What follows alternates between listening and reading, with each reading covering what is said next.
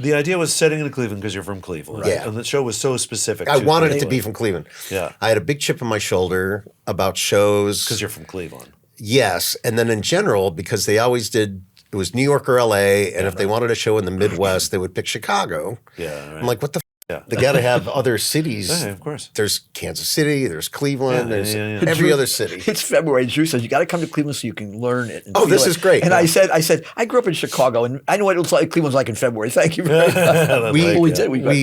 So Bruce doesn't fly, so we were going to drive to Cleveland, and it was in February, and we are going to drive to Cleveland, and Warner Brothers didn't want to pay us for the trip and pay for our rooms and stuff. For research. And Bruce is like, what the hell do you think we're going to do? We're not going to the Bahamas. I know, right? Also, we're driving to Ohio. And we're going to Cleveland. Driving to Cleveland in February. What kind of price are we talking? Yeah. A lot of stuff came out of that trip. We went to a bunch of bars. Moon Over Parma? We went over Parma. The guy sang Moon Over Parma. The Moon Over Parma thing. Where did that come? We were at a bar and there was a guy there and he sang Moon Over Parma. He wrote it. He had a little act. It was him and another guy. Yeah, and it's a joke song about living in Ohio. We were listening to it. And we were so just specific. Laughing. I started laughing my ass off. That's the funniest song. And then we went to a bar that had a piano behind that was unused. It was behind the bar, just sitting there unused. We had that in the Warsaw. The outside of the Warsaw. And we saw the bar in my neighborhood by the McDonald's where I first